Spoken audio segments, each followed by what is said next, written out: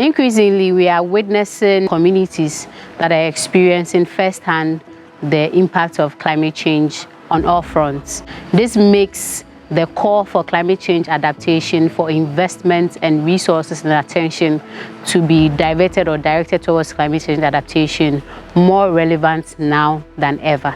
Traveling from Kumasi to Tamale and from Tamale to Ho, we've seen the eagerness from young people to not just learn about the solution, but to be able to come up with innovative solutions that will be able to help their communities adapt.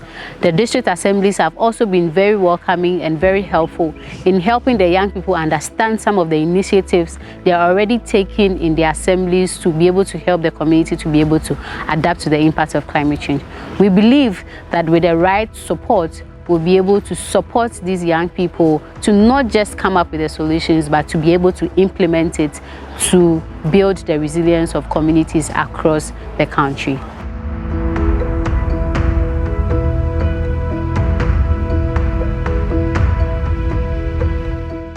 For our Synd Community Adaptation Connect project, we started with Kumasi. In Kumasi, we were able to train 30 young people on adaptation and leadership. It was interesting to find out that these young people were enthusiastic and would also love to work with their municipal assembly. We went to the municipal assembly to speak with them, and we realized how enthusiastic they are also in working with young people and even funding youth climate adaptation solutions.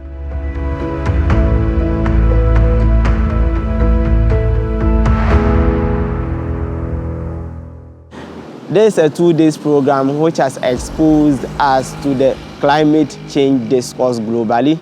It has also exposed us to various initiatives and innovative ideas implemented by youngsters in climate change adaptation, and this is actually helping communities out like. And I believe that we as youngsters also have an opportunity to also contribute to that. I am expecting to contribute to this climate change adaptation in my local community, as majority of my people are farmers, and as agriculture is susceptible to this effect of climate change, I am going to contribute to the adaptation of this climate change and then connect with other people so that this climate action can also be possible in my community.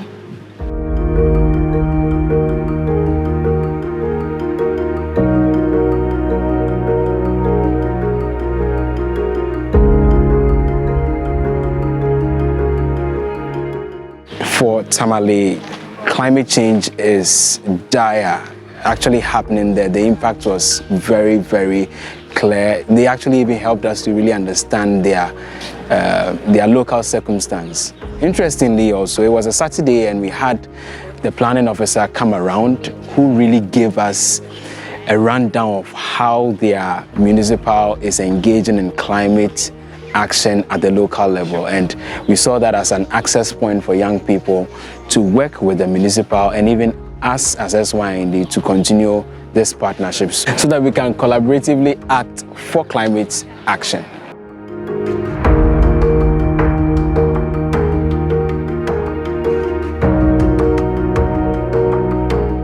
I've been able to learn a lot about how vulnerable communities are, how Africa and in the context of the Ghanaian people have just a few emissions but are really suffering the consequences of climate change. Another thing that I've come to realize is that we have a climate vulnerability capacity analysis tool that is very, very effective for, mapping out the vulnerable cities and knowing how to, go about solving these problems. I've learned about the CAAP, Community Adaptation Action Plan, which is a very good plan that was really stressed by Synd section leaders, that is able to guide all solution partners on their pathway to how to engage community members in finding effective solutions to these climate change problems. I've also learned about the double injustice that it has on women,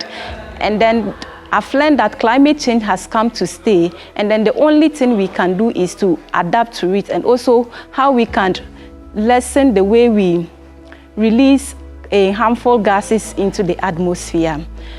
As I'm going back to my community, I am going to educate my community on how to adapt to climate change, and then the effects on the community and what we can do to lessen the burden that climate change has on their lives.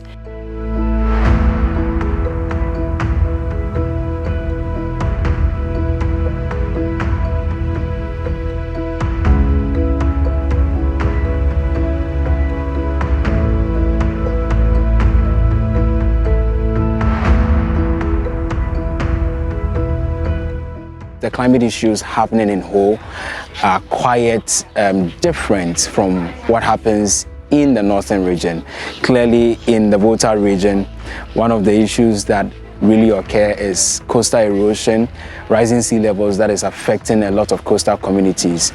But also inland in the Ho municipality, farming is also one of the major economic activities, and farmers can now not even predict the farming season, the rainy season. They really cannot predict, and these are opportunities, even though they are challenges, are opportunities for young people to show innovation in solving this challenge that we all face.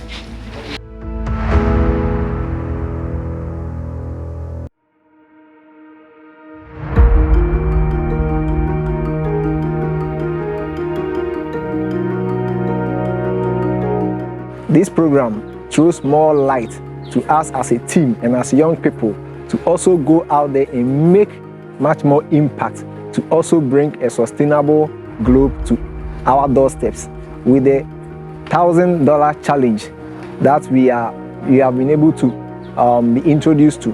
I believe going forward, my team and I will devise strategic means to also impact young people with creative ideas, with creative knowledge in how to turn waste products to promote air quality and clean air in our various institutions like schools, public places, in our religious places, and a whole lot. Thank you, SYND, and thanks for coming down here to our Oxygen City of Ho and inspiring us to also make changes out there in our world. So I feel empowered. I'm really glad that I joined this program, and I'm also going back to think about a solution to help my municipality. Thank you. Through this SYND Community Adaptation Connect and Community Adaptation Challenge initiatives, we seek to raise the next generation of climate adaptation leaders that are not just concerned about the impact of climate change in their communities, but are also actively coming up with a solution, partnering with their local assemblies to be able to implement, to support their communities to be able to adapt to the impact of climate change. As our mantra goes, we seek to go across different communities in Ghana to be able to raise the next generation of climate change adaptation leaders. So this is just the beginning. We are coming to a community near you.